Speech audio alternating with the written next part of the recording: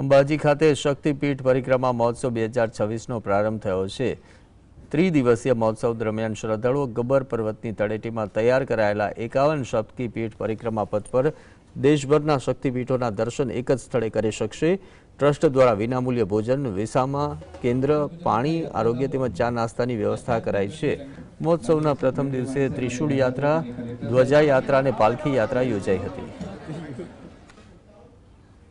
જેવી રીતે સરકાર દ્વારા વ્યવસ્થાઓ કરવામાં આવે છે અને લોકો અહીં માના દર્શન કરવા માટે આવે છે।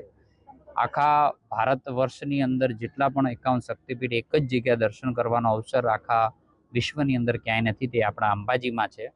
એને અનેક લોકો અહીં આવે, બધાને શુભકામનાઓ પણ પાઠવી છે અને માતાજીને પ્રાર્થના પણ કરી છે દરેકનું દુઃખ જે હોય દૂર કરે। પરિક્રમામાં આવનાર માઈ ભક્તો માટે નિઃશુલ્ક ભોજન કેન્દ્રોની વ્યવસ્થા ઊભી કરવામાં આવી છે। આ ઉપરાંત સમસ્ત ગબ્બર પરિસરમાં પણ 3 જગ્યાએ ચા નાસ્તા સહિત ભોજનની વ્યવસ્થાઓ માઈ ભક્તોને મળે તેવી વ્યવસ્થા કરવામાં આવી છે। 6 અલગ અલગ જગ્યાઓએ પાર્કિંગની સુવિધાઓ પણ ઊભી કરવામાં આવી છે અને આવનારા જે માઈ ભક્તો છે એ એક આધ્યાત્મિક અનુભૂતિ સહ કોઈ જાતની અગવડ ના પડે તેવી તમામ વ્યવસ્થાઓ માઈ ભક્તો માટે જિલ્લા વહીવટીતંત્ર દ્વારા, ગુજરાત સરકાર દ્વારા અને અંબાજી ટ્રસ્ટ દ્વારા કરવામાં આવી।